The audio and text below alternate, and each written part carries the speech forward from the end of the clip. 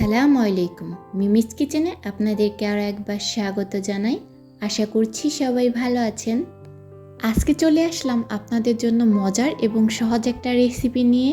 এটা সকালবেলার রুটি, গরম ভাত বা পরোটার সাথে আপনারা পরিবেশন করতে পারেন। মিমিস কিচেন মানেই কিন্তু সহজ রেসিপি, আর রান্না তো সহজ হয় দরকার, তাই না? তাহলে কথা না বাড়িয়ে চলুন রেসিপিতে চলে যাচ্ছি। প্রথমে একটা বাটিতে আমি ডিমগুলোকে ফাটিয়ে নিচ্ছি। এখানে আমি 5টা ডিম নিয়ে নিয়েছি। আপনারা যদি ডিমের এই কারিটা আরও বেশি করে তৈরি করে নিতে চান তাহলে ডিমের পরিমাণটা বাড়িয়ে নিতে পারেন।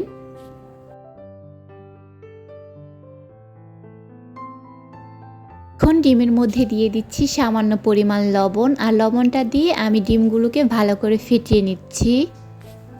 ডিমটা ফেটানো হয়ে গেলে এখন এর মধ্যে আমি ডিমটা যে পাত্রে ভাপে দেব ওই টিফিন কারি বাটিটাকে আমি তেল মাখিয়ে তার মধ্যে আমি সেই ডিমের মিক্সটা দিয়ে দিচ্ছি। একটা ঢাকনা দিয়ে আমি এটাকে প্রেসার কুকারে 3টা সিটি দিয়ে নেব। এর মধ্যেই কিন্তু ডিমটা সিদ্ধ হয়ে যাবে। আমি ডিমটাকে বের করে তারপর ঠান্ডা করে এখন কিউব করে কেটে নিচ্ছি। আপনারা আপনাদের পছন্দ অনুযায়ী কেটে নিতে পারবেন।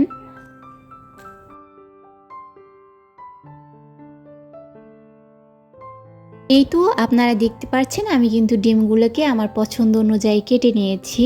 এখন এগুলোকে একটা সাইডে রেখে দিচ্ছি। চুলায় একটা প্যান বসিয়ে দিয়েছি। এর মধ্যে দিয়ে দিচ্ছি 3 টেবিল চামচ বেসন, আর এই বেসনটাকে আমি হালকা আঁচে ভেজে নিচ্ছি। একটু সময় নিয়েই কিন্তু বেসনটাকে ভেজে নিতে হবে, আর অবশ্যই খেয়াল রাখতে হবে যাতে বেসনটা পুড়ে না যায়। বেসনগুলোকে আমি তুলে নিয়েছি। এখন এই প্যানটাকে ধুয়ে আমি আবার চুলায় বসিয়ে দিচ্ছি। আমি পরিমাণ মতো তেল দিয়ে কিউব করা সেই ডিমগুলোকে হালকা আঁচে ভেজে নিচ্ছি।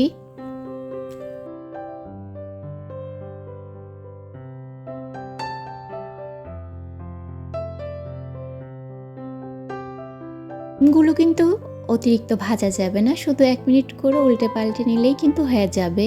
এই তো আমি এখন ডিমগুলোকে তুলে নিচ্ছি।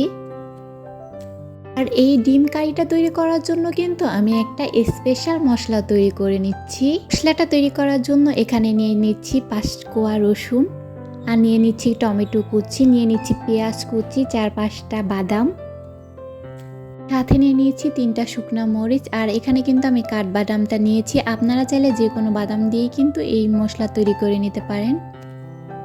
আর এই মশলা কিন্তু আপনারা চাইলে ব্লেন্ডারেও করে নিতে পারেন, কিন্তু আমি শিলপাটাই বেটে নিচ্ছি। মশলাটা বাটা হয়ে গেছে। এখন আমি কিন্তু ডিমের কারিটা রান্না করে নেব। এখন আমি যে ডিম ভেজে রেখেছি ওই তেলের মধ্যে দিয়ে দিচ্ছি 2 পিস দারচিনি, আর 2টা এলাচ, আর 2টা তেজপাতা। মশলাগুলোকে একটু ভেজে নেওয়ার পরে কিন্তু আমি সেই বেটে রাখা মশলাটাকে একটু পানি দিয়ে তারপর এই তেলের মধ্যে দিয়ে দিয়েছি। এখন দিয়ে দিচ্ছি স্বাদ মতো লবণ, দিয়ে দিচ্ছি 1 চা চামচ হলুদের গুঁড়া, দিয়ে দিচ্ছি 1/2 চা চামচ মরিচের গুঁড়া। আর এখানে আমি কিন্তু মরিচের গুঁড়াটা আমি একটু কম দিয়েছি, যেহেতু আমি এর মধ্যে কিন্তু মরিচ অলরেডি বেটে দিয়েছি। দিয়ে দিয়েছি ধনিয়ার গুঁড়া 1 চা চামচ। আর এই মশলাগুলোকে কিন্তু আমি সময় নিয়ে খুব ভালো করে কষিয়ে নিচ্ছি। তা থেকে যখন তেলটা ছেড়ে দেবে তখন আমি এর মধ্যে দিয়ে দিচ্ছি সেই ভেজে রাখা বেসন দিয়ে আমি কিন্তু আবারও এগুলাকে আরও ভালো করে কষিয়ে নেব।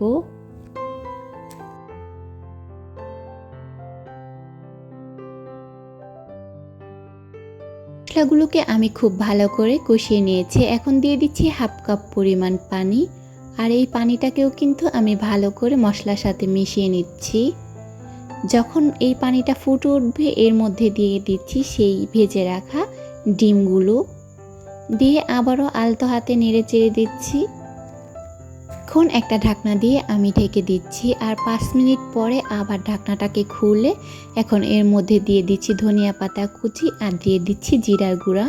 এই তো খুব সহজেই কিন্তু আমার তৈরি হয়ে গেল নতুন এই ডিমের কারি। বাসায় একবার হলো কিন্তু এই ডিমের কারিটা তৈরি করে দেখবেন। খেতে কিন্তু এই ডিমের কারিটা মাশাআল্লাহ খুবই দারুণ হয়। একবার হলো কিন্তু তৈরি করে দেখবেন। তাহলে রেসিপিটা কেমন হলো সেটা অবশ্যই কমেন্ট করে জানাতে কিন্তু ভুলবেন না। সবাই ভালো থাকবেন, সুস্থ থাকবেন। আল্লাহ হাফেজ।